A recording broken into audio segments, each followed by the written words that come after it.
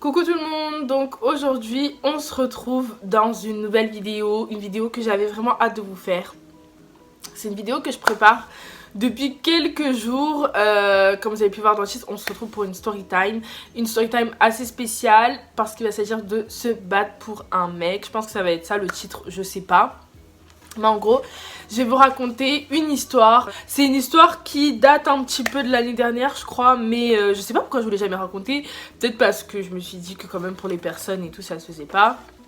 Bon là, je leur ai toujours pas demandé leur avis, mais c'est pas grave. J'arrête de parler, on commence de suite. Il va y avoir moi, ma soeur, ma meilleure amie, une fille qui était très proche de moi et ma soeur, parce qu'il faut savoir que moi et ma soeur on est comme ça, genre on a les mêmes potes et tout, qui était très proche à l'ancienne, avec qui on s'est énormément perdu de vue, genre voilà, comme la plupart des amitiés. Donc on va l'appeler Sarah, mais elle s'appelle pas Sarah, hein, mais on va l'appeler Sarah. Son mec, Tom. Et un autre mec, mais on va l'appeler un truc parce qu'il était inutile, genre bref, on s'en fout. Un soir, ma grande soeur reçoit un message de Sarah, donc de là elle commence à me dire ouais et tout, elle m'a envoyé un message et tout, je dis pourquoi et tout. Bah vraiment on s'est perdu de vue, après il fut des années, on était vraiment genre comme ça, c'était vraiment le sang de la veine, mais juste voilà, c'est juste le temps qui a fait qu'on s'est perdu de vue. Et donc on était un peu choqués qu'elle envoyait un message à ma soeur, donc ma soeur a commencé à lire et tout. Sarah elle lui dit cache, ouais est-ce que vous êtes prête à des mères? Et donc de là, ma soeur cachait même dire wesh, il se passe quoi et tout, enfin, regarde son message et tout, moi j'étais en mode mais wesh, qu'est-ce qui se passe et tout, genre, ma soeur revient nous parler 1000 ans après, donc de là, ma soeur commence à parler avec elle et tout, et en gros, Sarah, elle lui raconte l'histoire en deux spies. En gros, c'était une histoire de l'ex, elle s'était embrouillée avec l'ex à son mec, et du coup, l'ex voulait la frapper et lui ramener plein de monde et tout, en gros, elle voulait la moulonner, nanani nanana, et en gros, Sarah aussi voulait la frapper, et en gros, parce que pour pas être seule et tout, ce que je peux comprendre, là elle a fait appel à nous. Bon, je dis ça genre comme ça on était des héros, mais pas du tout. Donc en gros nous on s'est dit, enfin nous on est vraiment pas dans ce genre d'histoire et tout. Du coup on a réfléchi et tout, et puis après on s'est dit quand même c'est le sang et tout, genre même si elle a des problèmes et tout, genre faut qu'on soit là pour elle et tout, même si on s'est perdu de vue et tout, genre ça se fait pas. Et puis s'il lui arrive un truc ou quoi, on va vraiment le regretter toute notre vie.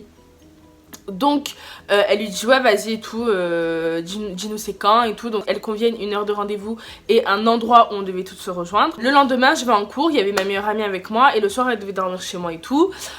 Donc du coup avec ma meilleure amie, genre on était en mode ça nous ressemble grave pas genre d'aller se battre et tout, enfin bref. Donc du coup on rentre chez moi, de là on se met en dégaine et tout, genre legging, sweat, chignon, pété, basket et tout, en mode vraiment dégaine pour se battre. On appelle donc Sarah. Et donc de là, Sarah nous dit ouais, la meuf elle commence, en gros la meuf elle commence à parler chinois. De base on devait se rejoindre à la plage, et la meuf elle dit ouais non mais là-bas il y a plein de caméras, je sais pas quoi, je sais pas quoi, je sais pas quoi. Du coup bref, elle commençait un peu à parler chinois. Là ça sentait dès le début que voilà, ça allait pas trop être ça. Au final, Sarah est venue nous chercher en bas de chez nous, et on devait ensuite rejoindre la fille. Donc elle est venue en bas et tout. Là on la revoit et tout, déjà ça faisait bizarre tu vois, parce que ça faisait un moment on l'avait pas vue et tout, enfin se retrouver dans ce genre de situation, tu vois, c'est assez gênant. Donc du coup on commence à marcher et tout. Déjà je savais même pas où on marchait, je crois qu'on allait prendre le bus ou je sais pas. Donc on a marché, en fait moi j'habite dans un grand boulevard, et dans ce boulevard il y a tout le monde qui se connaît, genre tout le monde se connaît. Et moi je sais pas, j'avais trop honte, je voulais pas croiser mon copain parce qu'il habite dans le même boulevard que moi. Je voulais pas croiser mes potes, je voulais pas croiser mes proches, rien, je voulais croiser personne. Et donc du coup avec ma meilleure amie on commence à avancer bien devant eux, genre qu'on n'était pas avec eux. Et on arrive, on se pose à un endroit et tout. Donc là elle rappelle la meuf, et donc la meuf elle commence à dire ouais non mais du coup on se rejoint là, nanani nana. Bref ça s'insultait et tout et tout et tout et tout. Sarah elle commençait à s'énerver en mode ouais t'es là, tu m'as dit que t'allais me frapper et tout et tout et tout, et maintenant quand il faut se frapper il y a plus personne. Au final la meuf elle a dit ouais bah venez à nanana. Nanana ça va être le quartier où il habite mon cousin. Ouais venez là-bas et tout, je vous attends et tout dans mon quartier, je sais pas quoi, je sais pas quoi, je sais pas quoi. Alors que déjà petit 1 pour commencer, le nom de la meuf, comment on va l'appeler? Léa.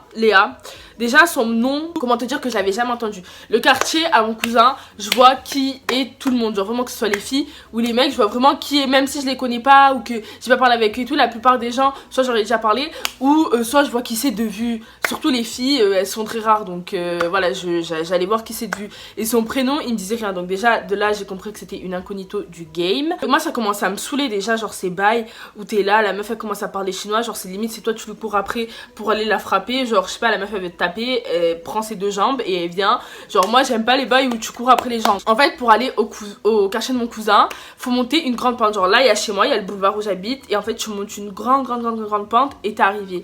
Et donc de là, donc on commence à monter la pente et tout. Moi, enfin nous on marchait, on était vraiment sereines.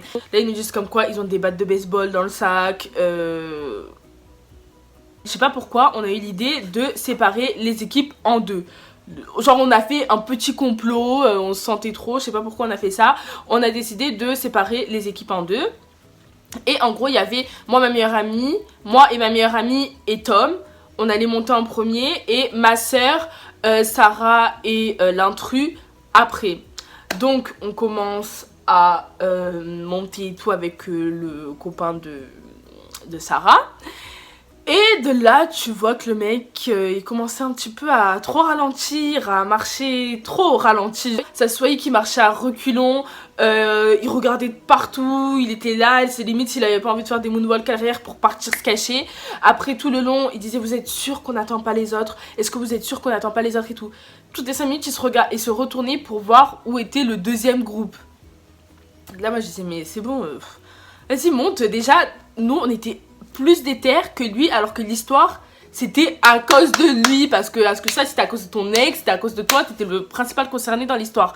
Donc avance plus vite, avance même devant nous parce que c'est ton histoire et c'est pas à nous de faire les meufs déter alors que c'est ton histoire. Donc on l'a laissé marcher derrière, le mec c'était une tapette du début s'assoyait. Et donc on arrive au quartier, donc on arrive en bas de la tour et tout. Moi franchement je me pose à l'arrêt de bus et tout, genre je regarde et tout. Je vois s'il n'y a pas des gens et tout, parce qu'à ce qu'ils étaient plusieurs, genre la Léa elle nous attendait avec là les gars, là les meufs et tout. Donc je commence à regarder et tout, je regarde toutes les vitres qui mènent aux escaliers et tout, ci, ça, je vois pas de petites têtes en train de regarder. Donc entre temps il y a le deuxième groupe qui arrive. En fait notre action avait servi strictement à rien. Et de là donc elle rappelle la meuf, et la meuf qui commence à reparler chinois. Et en gros elle parle d'une autre meuf. Retenez bien cette meuf là, on va l'appeler Merguez. Donc elle commence à parler de Merguez qui est la cousine de Léa. Donc Léa elle dit ouais ma cousine elle est là, de toute façon tu l'avais insultée, je sais pas quoi. Bref il y avait une histoire aussi avec la cousine de Léa, donc Merguez. Du coup Sarah elle voulait aussi frapper Merguez et Léa. Donc de là en fait de base on s'est rendu compte que c'était Merguez qui habitait là. Donc la Léa elle avait envoyé tout le monde en bas de chez sa cousine. Donc nous on était là, on commençait à chercher Merguez de partout, Merguez sur les boîtes aux lettres, si ça on trouvait pas. Et il y a un des potes à mon cousin qui est passé en scooter et tout, il me dit ouais il se passe quoi et tout, nana. Moi de là franchement j'avais ma capuche, genre j'avais envie de me cacher derrière un rocher, derrière les buissons, derrière une marche d'escalier. Vraiment j'avais vraiment envie de me cacher, parce que pour moi je m'en foutais de leur histoire. Moi j'avais juste honte que mon cousin il me voie, que ma tante elle me voie, que mon copain il me voie, que tout le monde me voie, genre en mode pour me battre, parce que ça me ressemble vraiment pas. Donc ma soeur elle commence à lui expliquer l'histoire et tout, et là elle lui dit ouais mais vas-y il y a nanana, nanana c'est mon cousin en haut et tout, tu veux que j'aille l'appeler et tout. Là moi j'étais en mode non, lui dis rien, fais comme si on n'était pas là, lui dis rien, je veux pas qu'il sache. Et donc elle lui explique l'histoire, et là il dit ouais bah il y a sa tante en haut à Merguez, si tu veux je te la ramène et tout. Donc il monte en scooter, il va chercher sa tante, nous on attend sur le côté un endroit très isolé, genre où il y a personne qui passe du quartier.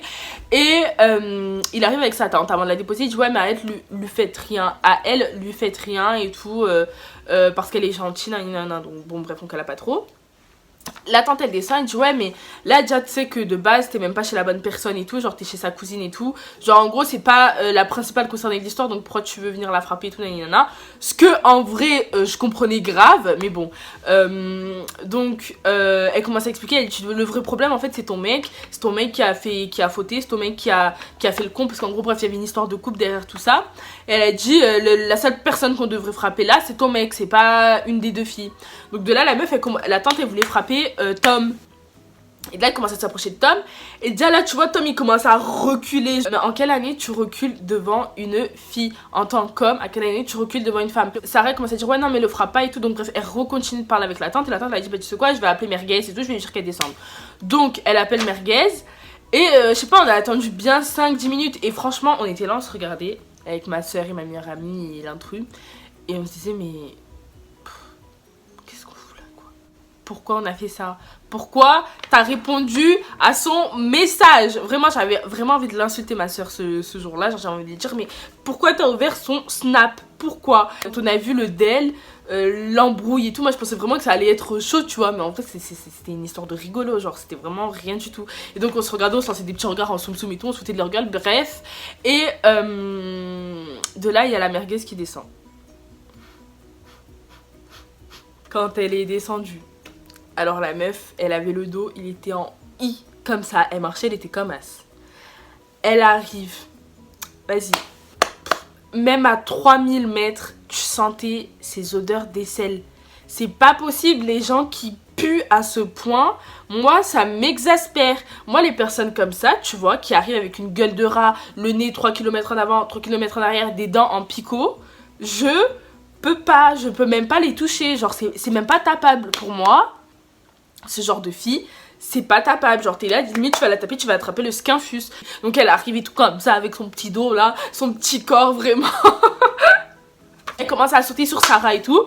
Et elle commence à se battre. Enfin, se battre, tout est relatif, tirage de cheveux, tu coco, les meufs et tout, voilà, nani, nana. Et donc, de là, elle tombe dans l'herbe et tout. L'une, elle est sur l'autre, l'autre, elle est sur l'autre. Et déjà, l'herbe, elle était remplie de caca. Donc, nous, on était là. C'est limite si on hésitait à les séparer. Parce que franchement, moi, cette herbe, je sais déjà que quand je suis avec mon cousin, que je passe et tout, je fais tout le détour parce que je veux pas marcher dedans, ça me dégoûte. Il y a plein de caca, et donc de savoir déjà qu'elles étaient allongées par terre et tout, dessus et tout, bref, ça me dégoûtait. Et donc de là, je vois qu'elle commence à se battre et tout. Il y a la mère de merguez, elle arrive, elle commence à vouloir frapper ma cousine et tout. Du coup, ma soeur, ma cousine, elle commence à vouloir frapper Sarah. Du coup, ma soeur, elle sépare. Et en fait, de base, on devait se battre. Et à la fin, on s'est retrouvés à séparer parce que c'était tellement ridicule. Ça servait tellement à rien que on a commencé à les séparer. Et pendant ce temps, là, je vais vous raconter la bagarre. La tante, là, du début, elle voulait frapper Tom. Du coup, elle était sur Tom et tout. Et lui, je sais pas, on l'a vu, il descendait, il est parti en courant. Et après, on a plus trop qu'à là, tu vois, parce qu'il y avait la meuf et tout, on essayait de séparer et tout. Donc moi, je commence à prendre merguez, tellement elle était fine. J'ai réussi à la porter comme ça, comme un sac à patates, et à la poser sur le côté, genre. Et après, genre, je lui tenais les bras, elle essayait de faire, oh, mais non, mais non, tu peux pas bouger, tu bouges pas. Et je lui disais, c'est bon, arrêtez tout, ça sert à rien. Déjà, vous êtes en train de vous embrouiller pour une meuf. La meuf, elle a foutu sa merde et vous a laissé vous embrouiller, vous deux. Vous êtes là, vous savez même pas pourquoi vous embrouillez pour des insultes à 2 francs et tout. Enfin, c'est bon, au bout d'un moment, arrêtez tout, nanana et tout. Et quand j'étais en train de la séparer, t'avais la mère écrite, elle disait, lâchez Mousse, sortez la calache, sortez les chiens, je sais pas quoi. Genre, quand je vous dis qu'elle a répété 50 fois. Genre, j'ai encore sa voix là, sa voix qui résonne dans ma tête. Sortez la calage, sortez Mousse, nanani, je sais pas quoi, je sais pas quoi. Donc de là, nous, vraiment, on n'y prêtait même pas attention à ce qu'elle disait. Mais vraiment, il y avait personne qui l'a calaté. Genre, vraiment, tout le monde s'en foutait, quoi. Genre, elle faisait peur à personne. En fait, elle a cru que en disant sortez la calage, on allait avoir peur. Sauf qu'on sait très bien que dans ce quartier, et dans aucun quartier de ma ville, pratiquement, il y a des gens qui sortent comme ça la calage. Genre, on sait très bien que c'était archi faux. Mais c'était une mère, je sais pas, genre un peu bizarre. Genre, c'était la mère de la fille, mais elle avait l'air autant crade que sa fille. Je suis désolée, hein. Je vais parler cru, mais elle avait l'air autant crade que sa fille. Genre, vous voyez les mères qui n'ont jamais grandi. T'as l'impression, elles sont là, elles ont 40 balais et elles se prennent pour des jeunes meufs, genre des quartiers et tout, des meufs de la street de 18 ans, de 20 ans et tout, et qui parlent encore mal, qui... Bref, moi, ce genre de personnes, aucun intérêt. Et donc, du coup...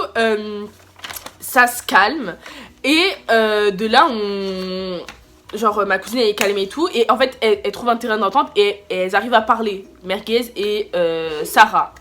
Donc elle commence à parler et tout et de là en fait on se rend compte que Tom il est plus là quoi. Donc on se dit mais wesh il est où et tout, enfin on l'a vu partir en courant. Déjà, je comprends pas pourquoi il est parti en courant parce que c'est une fille qui veut te frapper, t'es là, tu pars en courant. Genre un minimum de fierté. Et donc on est en mode, mais vraiment, il est où Tom et tout. Et donc de là, il y a Sarah qui l'appelle. Elle appelle Tom. Elle lui dit, t'es où? Il lui dit, je suis chez mamie. je suis chez mamie. Ça veut dire que toi, en tant qu'homme, ta meuf, elle est en train de se battre à cause de toi, avec une meuf, elle est en train de s'afficher tout à cause de toi, et que toi, tu cours, déjà tu la largues, tu la laisses solo, tu cours et tu cours jusqu'à chez ta grand-mère parce qu'une fille voulait te frapper, mec, en carton. Donc, de là après, je sais pas, je me rappelle plus trop et tout, mais en gros, bref, elle s'expliquait normal et tout avec la meuf et tout, et en gros, toute la tante, la mère et merguez, elle clashait toute Léa. Genre, elle disait, ouais, qu'elle c'était une grosse nanani nana, bref, elle insultait et tout.